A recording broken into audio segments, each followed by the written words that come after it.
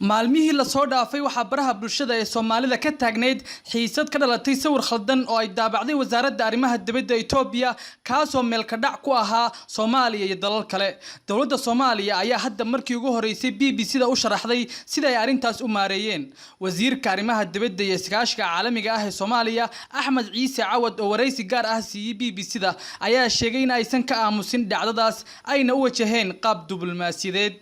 khaladkoodii arkeen annaguna aan kala hadalay ayay ka saareen idinku khariidada khaldan baa aragteen khariidadaas oo khaladaad badan ku jiray waxaa ka mid ahaa dalal badan oo sida South Sudan iyo dalal kale oo dhowr oo Koonfur Afrika jiray ayaa iyagana meesha ka maqnaa marka khariidad qof isaga falaaday bay ahayd wax dawlad mowqifkeed buujinaya ma ahayn dawladda Itoobiya markay aqoonsatay annaguna aanu ku baraarujinayna way ka saareen wadaar bay ka sameeyeen baaritaanna way ka sameeyeen maadaama anagu Cawad ayaa faahfaahiyay habkii ay u mareen saxitaanka khaladkaas iyo sida ay Itoobiya uga xisaabtameen wixii dhacay.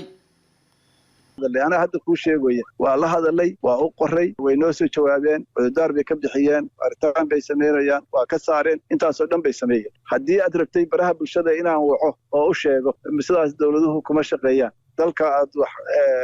diplomatic channel isbaajiro duulka lagula hadlo marka dhanka kale wasiirka arrimaha dibadda Soomaaliya ayaa gaashaanka ku dhuftay wararka sheegaya in Itoobiya ay safiro u joogaan Somaliland iyo Puntland ayna u aqoonsan tahay laba dal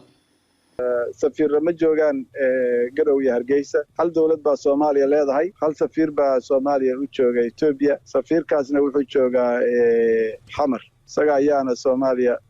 diblomaadka ka mas'uulka waxaan u maleynayaa dadku waxay isku khaldayaan safir iyo qonsul safaaraduhu waxay kala yeelan karaan qonsuliyado oo u jooga magaalooyinka qaarkood adduunka oo dhan bay ka jirtaa Soomaaliya waa ka jirtaa Soomaaliya nafteeda waxay ku leedahay hadda anigu jiddan jooga kala hadlaya jidda waxa jooga qonsuliyad laakiin safaaradeen waxay joogtaa Riyaad magaalada dad badan oo ay ku jiraan diblomaasiyiin hore uga tirsanaa dawladda Soomaaliya ayaa arintii dhacday ku tilmaamay mid xadgudub ku ah jiritaanka qarannimada Soomaaliya waxayna mas'uuliyiinta dawladda Soomaaliya ku dhaliileen inaysan si cad uga hadlin khariidada la soo dhigay bogga internetka ee wasaaradda arrimaha dibadda Itoobiya ayaa muujinaysay qaaradda Afrika iyadoo meesha ay ka maqnayd Soomaaliya taas beddelkeedna Soomaaliya lagu daray Itoobiya website-ka sawirkaas la soo dhigay ayaa durba laga saaray waxayna goor dambe la soo dhigay qoraal loogu cudur daarinayay inkastoo aan raaligelin buuxda laga bixinin arinta carada dhalisay ee ahayd in Soomaaliya lagu daray Itoobiya khariidada Soomaaliya Itoobiya la raaciyay ayaa laga reebay dhinaca waqooyi Somaliland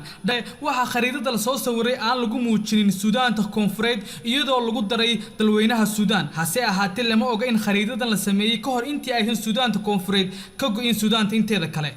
tan iyo markii sanadkii la soo dhaafay xulka ra'iisul wasaaraha Itoobiya qabtay Dr. Abiy Ahmed waxa horumar dheeraad ah sameeyay xiriirka Soomaaliya Itoobiya waxayna labada dal madaxdoodu yeesheen shirar badan oo ay ugu arinsanayeen sida ay horumar wada jir ah u gaari lahaayeen Guleed Garaad